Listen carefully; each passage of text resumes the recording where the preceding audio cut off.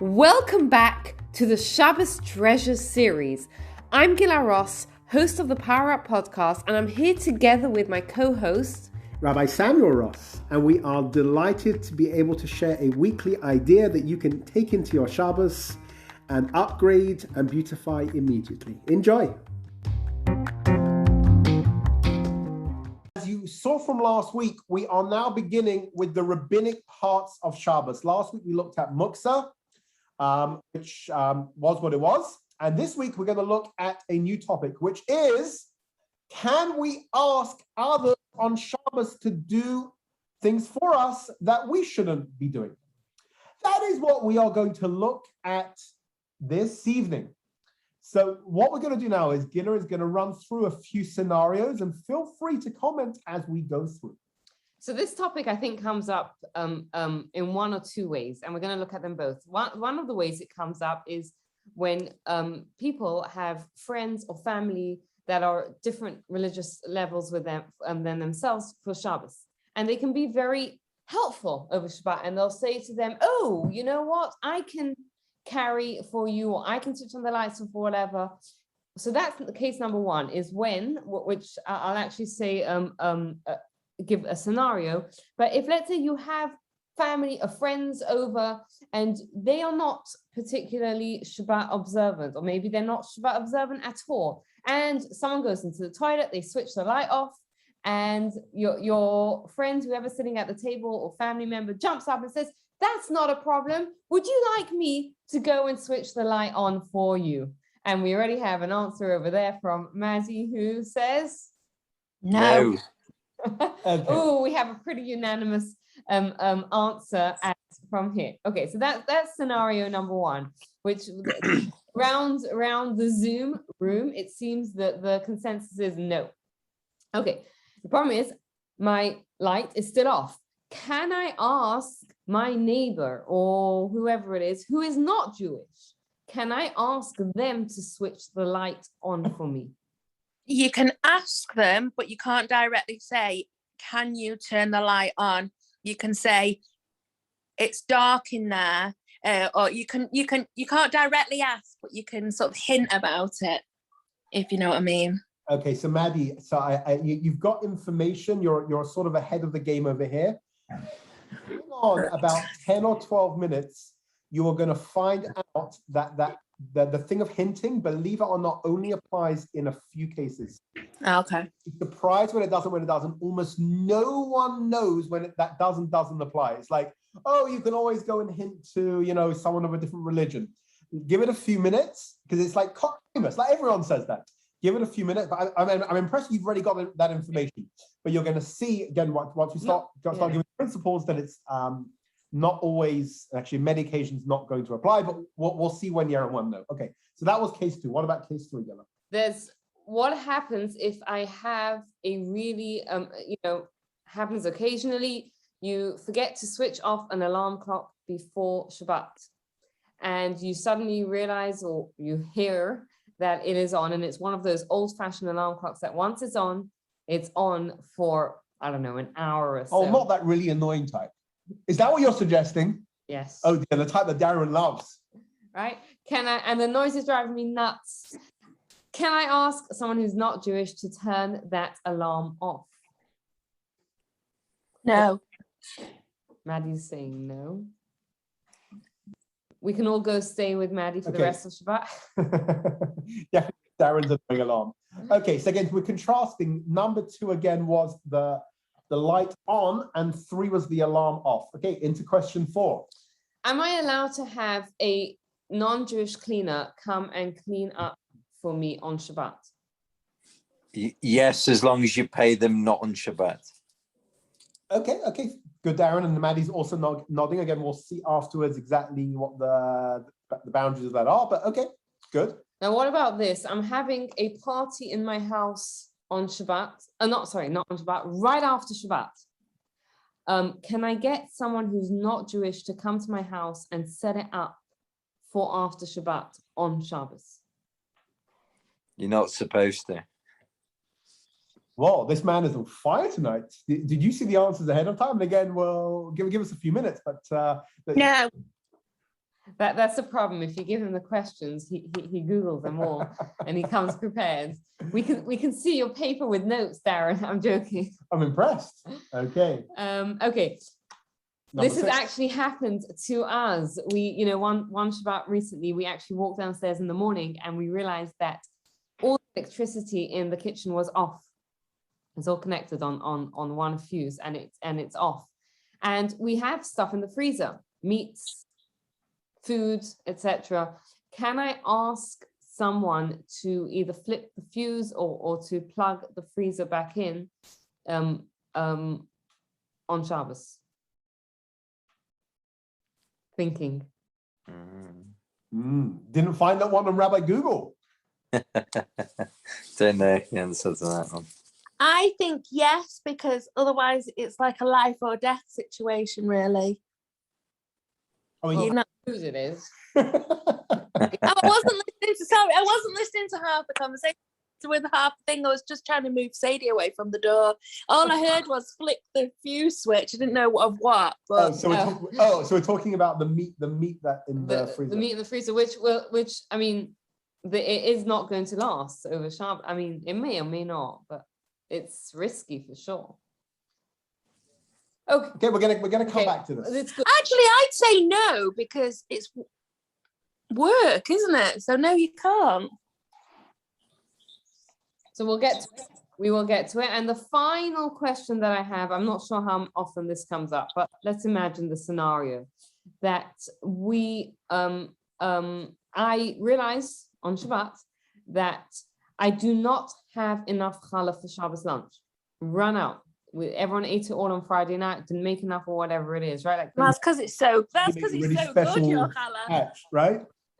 Maddie special. It's the nightmare that you run out of challah. It wouldn't be my challah, would it? It's absolutely your challah, and it's probably round challah. The long one we never discussed. It was the round one we were discussing. Oh man. Okay, so I live in a place where there's no eruv, right? But my neighbor has spare challah. So obviously I can't go across and bring the challah because I'm not allowed to carry in Shabbos, but can I ask someone who's not Jewish to bring the challah from my neighbor's house to my house? I think yes, because it's going to fulfill a custom. Okay. It's interesting what the two of you have said. The truth is the two of you have done very, very well, but now we want to give you the principles. Some of the answers will tweak a bit. There might be one that will say two, but really, I think you've done pretty good. Before we get into the principles, let's just look at our very first case. You both said no to, which was, you've got somebody who's doesn't have the same level of sensitivity towards Shabbos that you do. And it's not a question of religious, not religious. They don't have the same level of sensitivity. And maybe, you're going to try and avoid the light, or totally avoid it. And this guest says, leave it with me, this Jewish guest, whoever it is, be a family member. So the reality is you're both totally right. Principle number one, question number one is it's totally irrelevant that they do or don't keep Shabbos or whatever it is. You are not allowed, it's completely forbidden to have a Jew do anything for you on Shabbos, irrelevant of what their level of religiosity is. So yeah, you both got that right. And it's actually even more than that. We're actually supposed to try and prevent them violating Shabbos if and when possible. Again, it's not a question of lecturing to people, but if let's say somebody would offer to do something in my house, the reality is I have to explain to them that they actually can't do it. At the end of the day, whatever decisions they make in their own life is their own decisions. But it is Shabbos, and this is not something that we do. Okay. So now we're going to look at, we're going to look at why are we not allowed to ask a non-Jew. Now, for the rest of the evening, we're going to focus. What? I'm actually, these guys are so bright. I want to ask them. Why do you think we can't ask? Okay, so 1 minute. We're saying before we ask you the question, we've got to give you the principle. We said. Can I ask a question before you ask a question? Sure. What is the definition of the terminology Shabbos goy? So that is a very good question. That is a very good question. And, maybe I'll try and come back to exactly what the history is and on it.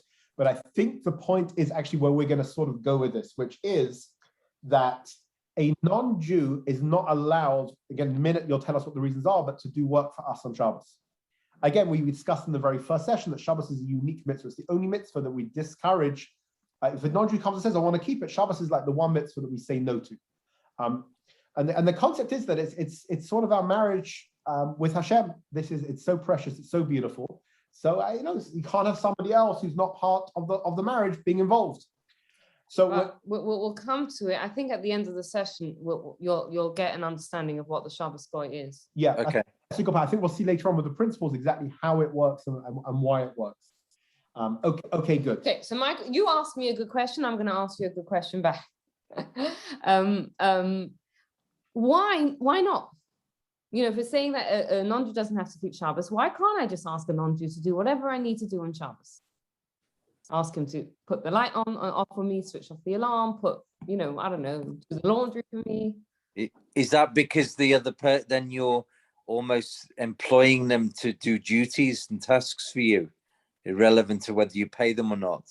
Excellent. So that's one of the reasons, right? Is being a messenger. Yeah. So one of the reasons is because it's almost considered as though that person is our agent, and it's almost considered as though it's me doing it, right? Even though I'm not physically doing it, but because I'm causing, the other person's my agent, that is correct. Any other reasons? Because there's actually one other reason as well.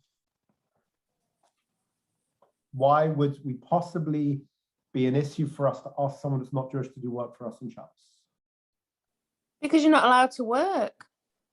It's a day of rest, so you can't ask someone to do something that you can't do. So you're going with the idea of like shlichus, of being a messenger. Okay, good. I think Darren had a similar type of concept. Yeah. It's one of the main reasons. I think another reason would be, Gila, that it would cause a laxity in Shabbos, right? Like, I don't know what a normal word is instead of laxity, because it's a very but you picture, made up. Let's say Darren's got his cleaning business, and he could, in theory, have his entire business run on Shabbos with non-Jews doing it, and Darren could be 100% Shabbos observant, but he could have his business run totally through non-Jews, and you're going to get to a point where it really is.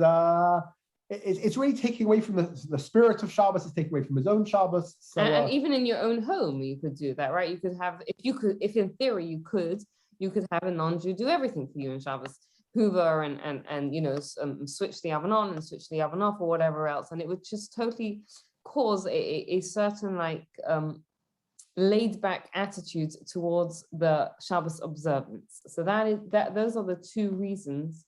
That's why two of the reasons. Two of the fundamental reasons. That we can't under ordinary circumstances ask a non-Jew. So what we're going to look at next is the exceptions to the rule. Okay, so hold on to your hats. I'm really worried that they're going to blow away. This is one is wearing hats. No. I think they have the big hats. Metaphorical. They're all blown away already. This is something what I'm going to share with you now, which is of the most complicated the laws of Shabbos. So hold on to it for a couple of minutes. And why'd you say that? They've all gone now. No, they're very, very smart, but they're going to have to hold on to their hats. Okay. Not you guys. You guys are amazing. You don't get scared off that easily. On Shabbos, in terms of asking a non-Jew, there are two different categories that are forbidden. And this is going to touch what Maddie said earlier. One is to instruct a Gentile to do something. Remember Maddie's thing about the hinting? So that was the thing earlier about hinting. So category one that is no good is to instruct. You can't actually ask a non-Jew to do something for you. But then there's a second type which doesn't work. And Maddie, this is going to respond to what you said. Remember our case before was asking a non-Jew to turn the lights, and Maddie said it was okay. But let me give you over the second time that it's no good. You can't ask a non-Jew to do something that gives you a tangible benefit, even if you hint. I'm going to have to explain this because I've been very loose with this. So let me explain. There are two different types of benefit. And let me give you two examples. You could turn a light on or turn a light off. okay? You can turn the light on or turn the light off. For our purposes, in terms of this law, the only time that we're going to call it a tangible positive benefit is to turn the light on, to turn the heating on, to turn something on. An indirect benefit, in contrast, is to turn something off, to turn a light off, to have the heating turned off, to have the air conditioning turned off, Switch off the alarm. Switch off the alarm, etc., etc. So it's like this. On Shabbos, in terms of asking a non-Jew to do something, we can't do something when we're asking them, or we can't do something when we get a tangible positive benefit. So did you get that? You can't ask them to ever do anything for you. And even if you hint, you can't ask them to do a positive benefit like turning on the light switch. Because you're getting a tangible benefit, even if you hint. So what's left? I'll tell you what's left, guys. You are allowed, and this is what I was saying to Maddie earlier, you are allowed to hint to a non-Jew to do something when it's what we call an indirect benefit, which is turn a light off, pull the alarm out, turn the heating off. We are never allowed to hint to a non-Jew to do something when it's a positive benefit, like turn a light on, turn the radio on. Even but can I interrupt you? If you put the heating off, then the direct benefit is that you cool down and maybe feel more comfortable. It's true, but I'm going to answer your question with the example of the light. Let's just use the light because it's the common one, but I could use it with the heating as well. When you're lying, when you come in your room and the light, you're in pitch black, the room is total black, and now you put a light on. It's allowing you to see what you couldn't do otherwise. You could not see a room, to function.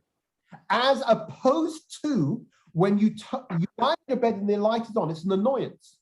I probably could sleep, I just wouldn't enjoy it very much. So when I ask them to take it off, they're just taking an annoyance away that was there. That is the difference. So again, this is one of the fine... And it's the same with the heating as well. The heating is not, it's not like switching on an air conditioning, which is cooling you down. You're switching off the heat, so the heat goes, and then the result of that is that you're not so hot anymore, right? Do you hear that, guys? I know this is it's really late tonight and everything else, but the point is you are only allowed to hint when it's not positive benefit. When it's please, Maddie, we can't hear you. You might. No. No, because I was just thinking about it. So, scenario, okay, forget it. It did happen, but forget it. It's hypothetical, right? You're in shul and the timer's not come on in the hall. Yeah. So you're gonna have kiddush. It's gonna be dark. Can you ask the security guard to put the light on? So this is what I'm going to do to you. Hayden in the other session asked. And Guy asked it was Guy who asked a somewhat similar question. So this is what I'm going to do to you. I'm going to tell you the following. If it's in your own home, the answer is no. If it's in shul, the answer is probably yes. And I'm going to tell you why. There are 4 or 5 occasions that we're allowed to ask a non-Jew to work for us on Shabbos. One of them is what we're discussing right now, which is if it's an indirect benefit, which is to turn something off, you could hint. A second one is if it's in a shul, in a public mitzvah situation, then we can ask someone to do something for us.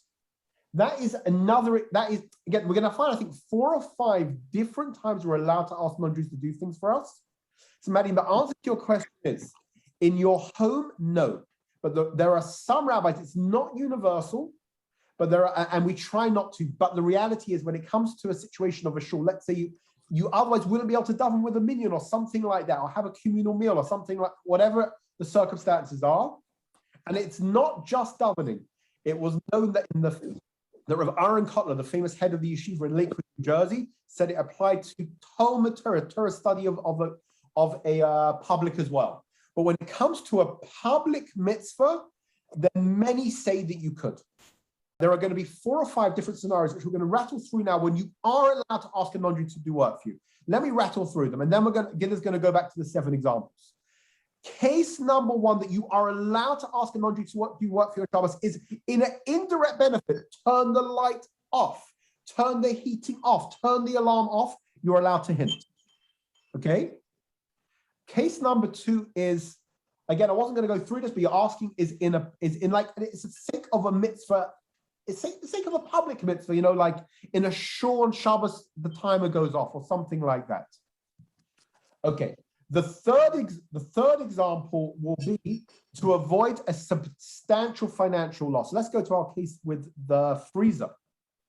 You can't put the plug in, but you could ask a non-Jew to put the plug back in. Even though that's a positive thing, it's a positive benefit perhaps. Nevertheless, the rabbis, again, this is a rabbinic law. They didn't set the law up when there's a significant financial loss. You're freezing, the stuff's going to ruin, let's say. So under those circumstances, you could ask a non-Jew to plug the freezer in. Other times that they did not make the decree that you can't ask a non-Jew, which means you can ask, is for the sake of a mitzvah. So remember our case with the challahs? Maddie, the case of the challahs, challah is a mitzvah. You're supposed to have lechem mishnah, 2 breads. So if you've run out of challah, and there's no eruv, in Leeds there's no eruv. So then what you can do is you can go to a non-Jewish person and you can ask them to bring you through the street to bring you a challah or a siddur or a machzor or whatever it is, even if there's no eruv, because it's the sake of a mitzvah. The other one that we're gonna say is, there's 2 others. One is when someone is sick. Someone's sick, you can ask a non-Jew to go and buy medicine or something like that. And the last example is, and this will answer Darren's question about the Shabbos goy, is if they're doing it for themselves. So either if you're paying them, or let's say they're actually doing it for themselves. They come into the room and the light is off and they want the light on. So if they genuinely want the light on for something, then it's not a problem. Then you can continue to use it afterwards. And that will answer Darren's question about the Shabbos goy. That at the end of the day, as long as they're doing it for themselves, it's okay. So let me just quickly go over the principles. I want to go over the principles again. The principles are that we are not allowed to ask a non-Jew to do work for us on Shabbos because of the reasons that you gave. There are 5 basic occasions. I'm not even getting into the case that Maddie brought up because let's say that's the case of a shul or whatever it is that is different. But let's not own private life. Our own private life, there are 5 basic times that we can ask a non-Jew to do work for us. Number 1, when it's an indirect benefit, pull the light, turn the light off, pull the heating off or whatever it is, the noise off, you could hint. That's number 1. Number 2 is to avoid a substantial financial loss, like the case of the freezer, you can ask them. The third one is for the sake of a mitzvah. Let's say there's no eruv and you want to go to shul on Shabbos. It's a mitzvah to have onik Shabbos or to go to shul, whatever it is. You can ask a non-Jew to wheel the buggy through the streets. Case number 4, when someone is sick, you can ask them. And number 5, when they're benefiting, so you can benefit too. Again, the 5 exceptions are that you're allowed to. You can hint when there's no positive benefit. You can avoid a substantial financial loss. For the sake of a mitzvah, you can ask them. When someone is sick, you can ask them to do something for you. And finally, to benefit from what they did when they're generally doing it for themselves. Now, now we've got those principles. Gilad's going to run through the 7 cases. And the truth is, you'll probably be able to answer them yourself. So number 1, back to the question. I think you knew the answer first time, but let's just double check. Ask a Jew to turn a light on for Shabbos, on Shabbat. No. No. Yeah, you're both correct. Yeah. Never that you can never ask a Jew to do anything that is forbidden on Shabbat. Number 2, can I ask a non-Jew to turn your light on? Perfect, Maddie. So, why are we not allowed to ask them to? Why can we not hint to them? Even we can't even hint to them. Why can't we hint to them to turn the light on? Because it's giving you benefit. Perfect. Exactly. You're really good, guys. It's because you're giving a tangible benefit. You can't even hint. Okay. What about number 3? Can I ask a non-Jew to turn the alarm off? The really annoying noise that's bothering me. which is not the direct benefit, it's the indirect benefit. Maybe yes. So you're right, you can hint. That's when you can hint. When it's the annoying noise or something like that, you can hint to them to turn the alarm off. Yeah. You couldn't ask them to turn something on, but you can hint to turn something off. Okay? Very, very, very good. Number 4.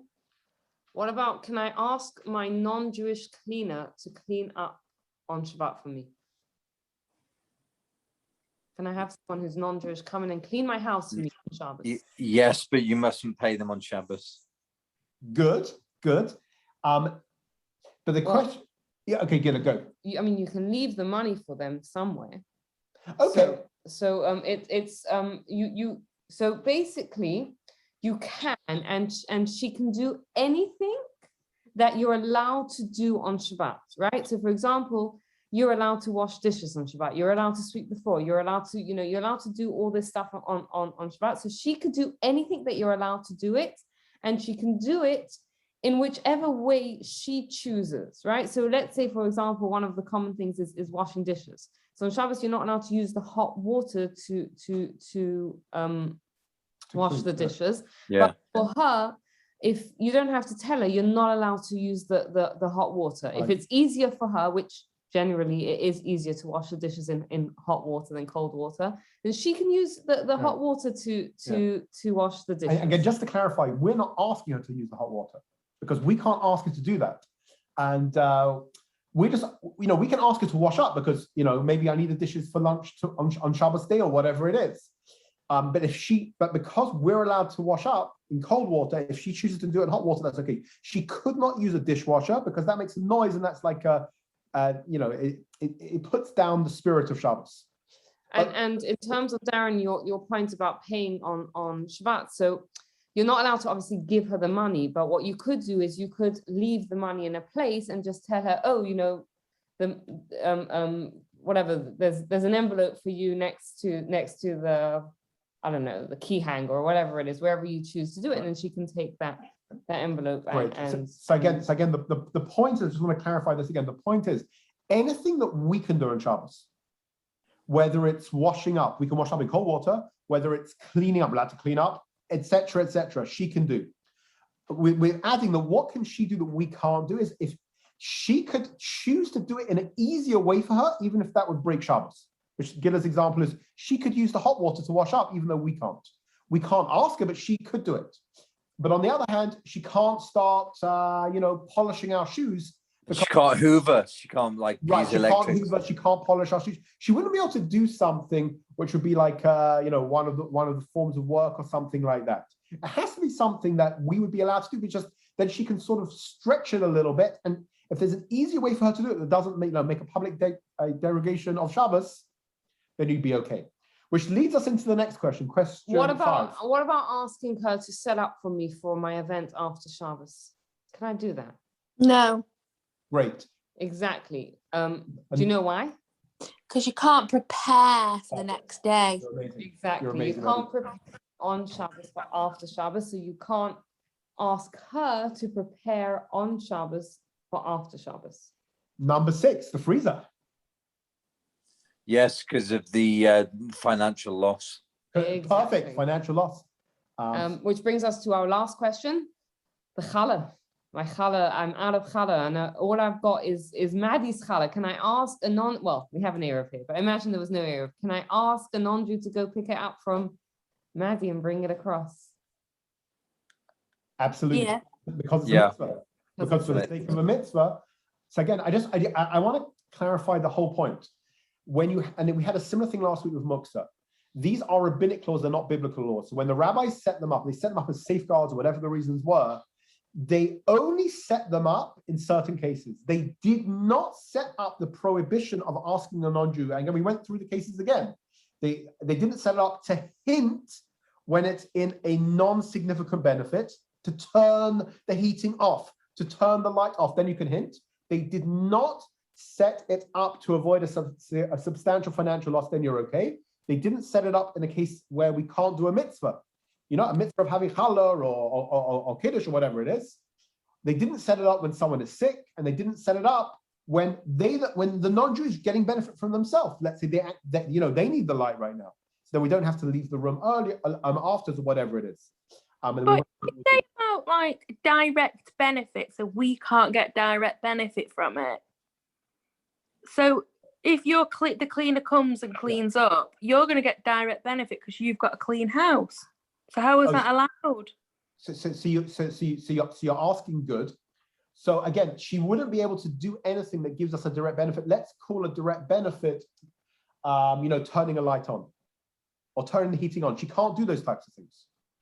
She could do the same thing that you can ask into the laundry to do. She can, maybe turn the light off without you asking, or, pull the plug out without you asking. The reason that she's, let's say, allowed to wash up the dishes or wash up is because it's something that you're allowed to do on Shabbos. You're allowed to wash up. Again, you can't wash up if you don't need the stuff, but you're allowed, let's say you might, whatever the laws are, which I think we'll do in the next week or two, of what you're allowed to wash up, what you're allowed to clean, or whatever it is. So she can't do something that's deemed a positive benefit. Asking a good question. She can't turn the light on. The reason that she can wash up is because under these circumstances, you could wash up. Why can't she clean up? Because you're allowed to clean up. The stretch here is that she can even do it in a way where you couldn't do it because it's easier for her. Let's say she's using hot water or whatever it is. But she can't do something that's a positive benefit. She can't turn the light on. It's just because you can do it. She can't polish her shoes. She can't do that direct benefit. Okay, but it's a good question. And I think it helps to really clarify what you can and can't do with the work. Okay, guys, you've done really, really phenomenal. I've got to say, you made the topic look really, really, really easy. Great job. Thank you, everyone. Thank you so much.